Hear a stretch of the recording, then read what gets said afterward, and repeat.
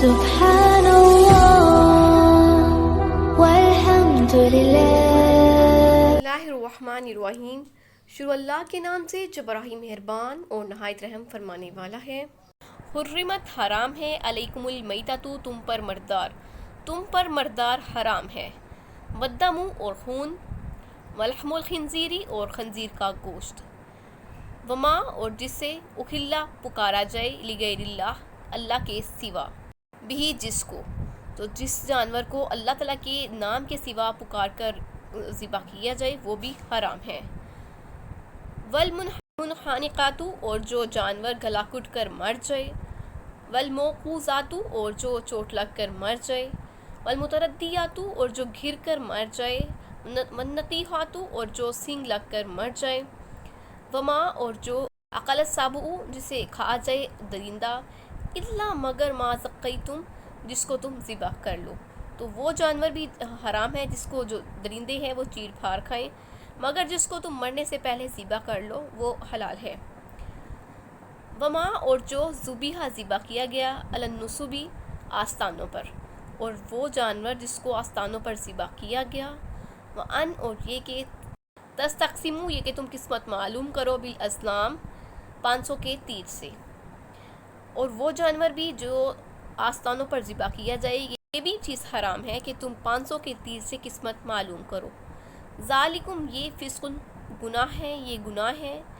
الیوم آج، یائس الذین نا امید ہو گئے وہ لوگ، کافروا جنہوں نے کفر کیا، تو آج کے دن جو کافر ہیں وہ نا امید ہو گئے، من دینکم تمہارے دین سے، فلا تخشوہم پس نہ ڈرو ان سے، وخشونی اور ڈرو مجھ سے، تو کافروں سے مت ڈرو مجھ سے ڈرو۔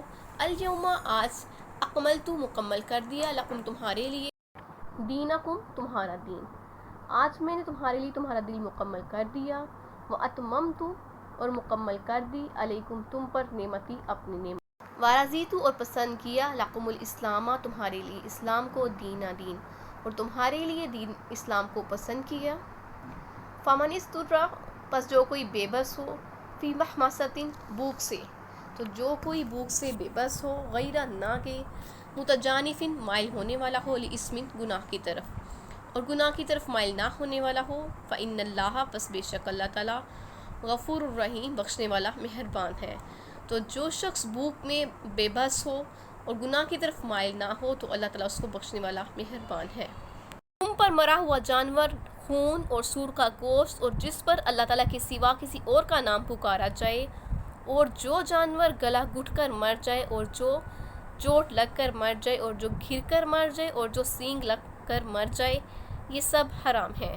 اور وہ جانور جس کو درندے پھاڑ کھائیں، مگر جس کو تم مرنے سے پہلے ذبح کر لو، اور وہ جانور جو آستانوں پر ذبح کیا جائے، اور یہ بھی کہ 500 سے قسمت معلوم کرو، یہ سب گناہ کے کام ہیں۔ آج کافر تمہارے دین سے نا امید ہو گئے ہیں، ان سے مت ڈرو اور مجھ ہی سے ڈرو، اور آج ہم نے تمہارے لیے دین مکمل کر دیا اور اپنی نعمتیں تم پر پوری کر دی، اور تمہارے لیے اسلام کو دین پسند کیا۔ ہاں، جو شخص بھوک میں بے بس ہو جائے اور گناہ کی طرف مائل نہ ہو تو اللہ تعالیٰ اس کو بخشنے والا مہربان ہے۔ آیتوں میں اللہ تعالیٰ اپنی حرام کردہ چیزوں کے متعلق بیان کر رہے ہیں۔ میتۃ وہ جانور ہے جو خود بخود مر جائے، اسے نہ ذبح کیا جائے نہ شکار کیا جائے، تو اس کا کھانا اس لیے حرام ہے کہ اس کا جو خون ہے اس کے اندر ہی رہ جاتا ہے، تو ذبح کرنے سے خون بہہ جاتا ہے، اور جو خون ذبح کرنے سے بہہ جاتا ہے تو یہ بھی بہت نقصان دہ ہوتا ہے۔ ہر مردار حرام ہے مگر مچھلی نہیں۔ حضرت ابو ہریرہ رضی اللہ تعالیٰ عنہ سے روایت ہے کہ رسول پاک صلی اللہ علیہ وسلم سے سمندر کے پانی کا مسئلہ پوچھا گیا تو آپ نے فرمایا اس کا پانی پاک ہے اور اس کا مردہ حلال ہے، اور اسی طرح ٹڈی بھی اگرچہ وہ خود مر گئی ہو حلال ہے۔ دم سے مراد وہ خون ہے جو ذبح کرتے وقت بہتا ہے۔ حضرت ابن عباس سے سوال کیا گیا کہ بلی بھی کھا سکتے ہیں؟ آپ نے فرمایا ہاں۔ لوگوں نے کہا وہ تو خون ہے؟ آپ نے فرمایا صرف وہ خون حرام ہے جو ذبح کرتے وقت بہے۔ رسول اکرم صلی اللہ علیہ وسلم نے فرمایا ہمارے لیے 2 قسم کے مردے اور 2 خون حلال ہیں، مچھلی، ٹڈی، کلیجی اور تلی۔ خنزیر کا گوشت بھی حرام ہے، ہاں وہ جنگلی ہو یا پالتو۔ صحیح مسلم کی حدیث ہے، شطرنج کھیلنے والے اپنے ہاتھوں کو سور کے گوشت سے رنگنے والا ہے، تو سوچیے کہ جس کا چھونا بھی کس قدر قابل نفرت ہے تو پھر کھانا اس کو کتنا برا ہو سکتا ہے۔ صحیح میں ہے، رسول اکرم صلی اللہ علیہ وآلہ وسلم فرماتے ہیں اللہ تعالیٰ نے شراب، مردار، خنزیر اور بتوں کی پوجا منع فرمائی، ان کی تجارت بھی منع فرمائی۔ تو پوچھا گیا یا رسول اللہ صلی اللہ علیہ وآلہ وسلم مردار کی چربی کے متعلق کیا حکم ہے؟ فرمایا وہ کشتیوں پر چڑھائی جاتی ہے، کھالوں پر لگائی جاتی ہے اور چراغ جلانے کے کام آتی ہے۔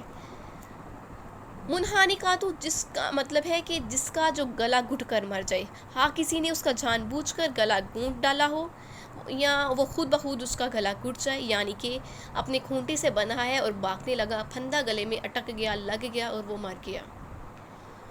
موقوذہ تو وہ ہے جس جانور کو کسی نے لکڑی وغیرہ سے جو دھاری دار چیز نہ ہو اس چیز سے مارا ہو اور وہ اسی سے مر گیا، تو وہ بھی حرام ہے۔ جاہلیت میں ایسا جانور حلال سمجھا جاتا تھا۔ آپ صلی اللہ علیہ وآلہ وسلم نے فرمایا جو چیز خون بہا دے اور اس پر اللہ کا نام بھی لیا ہو اسے کھا لو۔ متردیاتن کا مطلب کیا ہے؟ وہ ہے جو پہاڑی یا کسی بلند جگہ سے گر کر مرا ہو، وہ بھی حرام ہے۔ نطیحاتن وہ جو کسی دوسرے جانور کے سینگ لگانے سے مر جائے، وہ بھی حرام ہے۔ جاہلیت کا دستور تھا کہ انہوں نے 3 تیر رکھے ہوئے تھے، ایک پر لکھا ہوا تھا افعل یعنی کہ کر لو، دوسرے پہ لا تفعل مت کرو، اور تیسرا حالی ہوتا تھا۔ ایک پہ لکھا ہوتا تھا رب کا حکم ہے تو وہ اس کام کو کر لیتے، دوسرے پہ لکھا ہوتا کہ رب کی ممانت ہے تو وہ اس کام سے رک جاتے، تیسرا حالی ہوتا تو وہ کیا کرتے؟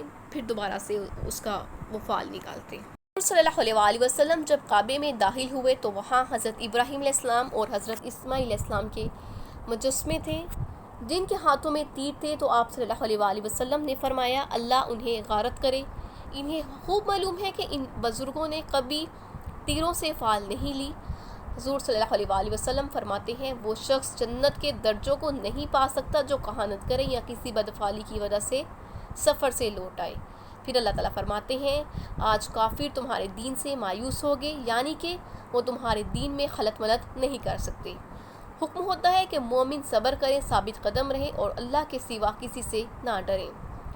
کفار کی مخالفت کی پرواہ نہ کرے، اللہ ان کی مدد کرے گا اور انہیں اپنے مخالفین پر غلبہ دے گا۔ حضرت ابن عباس فرماتے ہیں کہ دین اسلام کو اللہ تعالیٰ نے تمہارے لیے مکمل کر دیا، تو یہ آیت عرفہ کے دن نازل ہوئی، اس کے بعد حلال و حرام کا کوئی حکم نازل نہیں ہوا۔ اس حج سے لوٹ کر رسول پاک صلی اللہ علیہ وآلہ وسلم انتقال کر گئے۔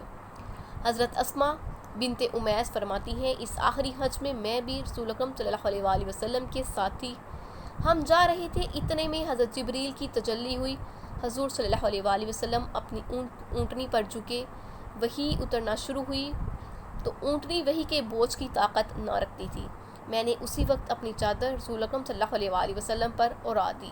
اس کے بعد رسول اکرم صلی اللہ علیہ وآلہ وسلم 80 دن حیات رہے، تو جب یہ آیت اتری حضرت عمر رونے لگے، حضور صلی اللہ علیہ وآلہ وسلم نے وجہ پوچھی تو جواب دیا کہ ہم دین کی تعمیل میں کچھ زیادہ ہی تھے، اب وہ کامل ہو گیا، اور دستور یہ ہے کہ کمال کے بعد نقصان ہوتا ہے۔ آپ صلی اللہ علیہ وآلہ وسلم نے فرمایا سچ ہے۔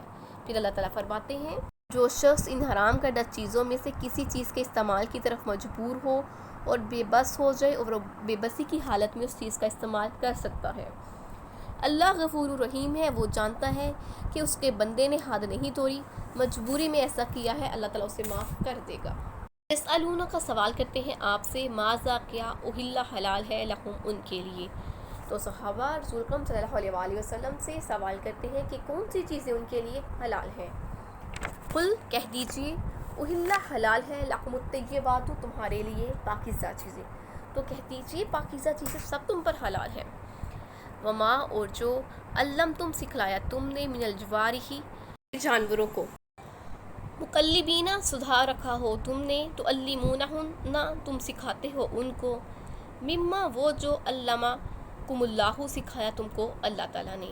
وہ شکار بھی حلال ہے جو تمہارے لیے ان شکاری جانوروں نے پکڑا ہو جن کو تم نے سدھار رکھا ہو، اور جس طریقے سے اللہ تعالیٰ نے تمہیں شکار کرنا سکھایا اسی طریقے سے تم نے ان کو سکھایا ہو۔